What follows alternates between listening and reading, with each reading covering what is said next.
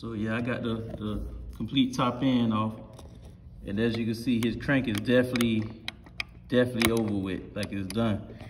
And then his piston got all those scratches on it, scuffed up real bad. So his piston is definitely over with too. He gonna need a rebuild, complete engine rebuild. But one thing I can't get over is that with this head, with the cylinder, I don't know why would they put glue on the cylinder, on side of the cylinder, like a big Band-Aid. And with his cylinder, he gonna need either a sleeve or he gonna have to get another good cylinder, because as you can see, it's scratched up real bad, like on the inside.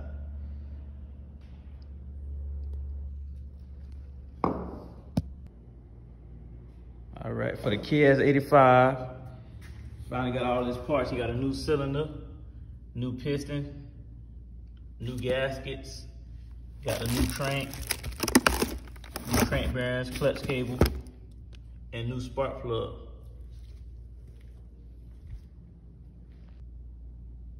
One of the first things I'm gonna start with, as you see, like with his new cylinder that he bought, it didn't come with the power valve. So what I'm gonna do, I'm gonna take the power valves out the old cylinder and put inside the new cylinder.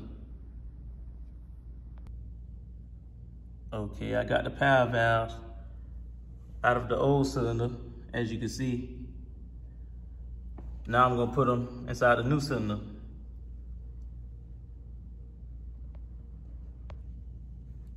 Okay, one more thing I forgot to say is that the new cylinder also don't come with a seal, you know, that goes for the power valve. So you wanna make sure that you take the seal either off the old head if it's still good, like this one, and put it on the cylinder where the power valve go at. Either order a new one, but this one is still good, so I'm gonna throw it on. That's how the seal should sit, you know, right behind the power valve. Right behind the power valve on. That's how the seal should be in there.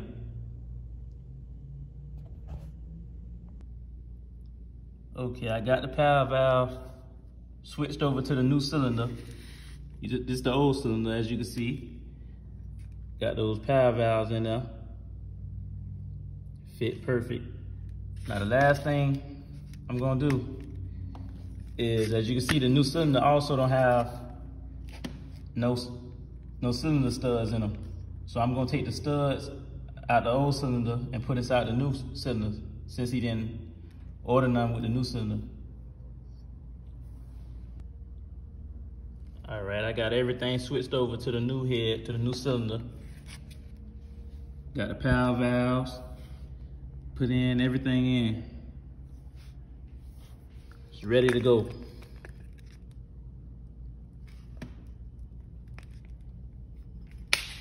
So the next thing I'm gonna do is start on the bottom end. Take the motor off. Okay, I got the motor off the bike. Next thing I'm gonna do is split the cases and take the old crank out.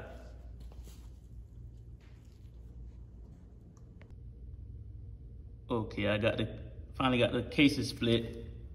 So this is the old crank right here. So now I'm gonna take the crank out and start putting the new crank and crank bearings in. All right, I got those new crank bearings in and the crank seals. Now what I'm gonna do, I'm just gonna put the crank in and start putting the bottom end back together. Okay, I got the crank in there. I put the crank in. Now the next thing I'm gonna do is put the cases back together. All right, got the cases put back together. Now as you can see, the crank moves smoothly. Nice and smooth, everything is smooth. Now the next thing I'm gonna do, I'm gonna put the clutch cover on and then start putting the piston on and the top end. All right, got that clutch cover on. And as you can see, crank move nice and smooth. Nice and smooth.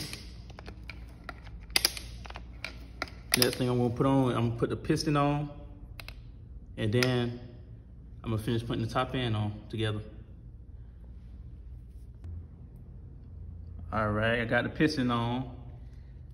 Got the clips in there too. So next thing is putting the cylinder on. All right, I got the cylinder on, and everything's still nice and smooth. Nice and smooth. So next thing I'm gonna do is just put the cylinder head on and put that spark plug in. All right, got the whole motor back together. Everything complete. Now the next thing I'm gonna do is put it back on the frame and then clean the carburetor and see if it got the V-touch. Okay, I got everything back together. And while I was double checking the spark, I noticed he have a shortage in these wires, in his wire harness. So what I did, I tie strapped it at a certain angle where it's still sparking nice and strong. So he's definitely gonna need him to get him another wire harness. And he might as well change the stator. But it still has spark. And I'm using the old spark plug just because it's burnt and you'll be able to see the spark through the video.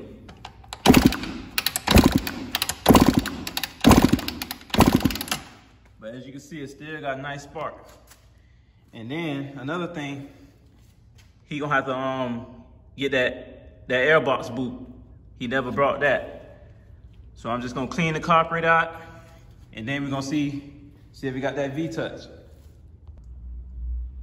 All right, got the carburetor bowl off. Now I'm just gonna blow through the carburetor and clean it. Make sure everything perfect.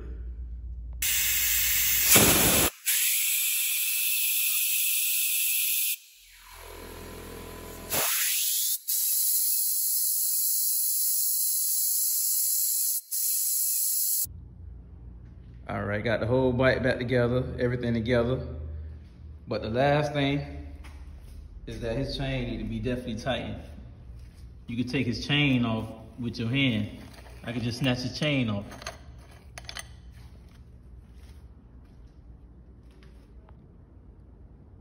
All right, I got the chain tight, so you can't pull his chain off no more with your hand.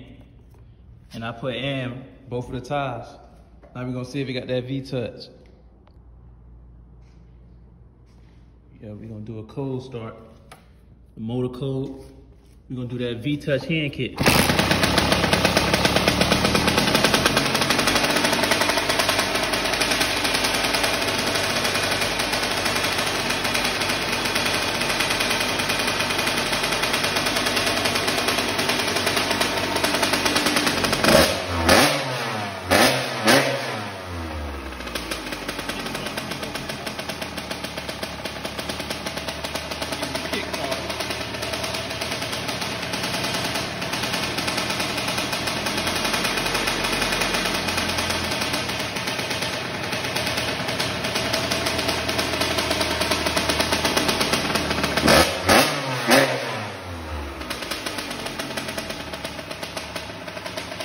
First start.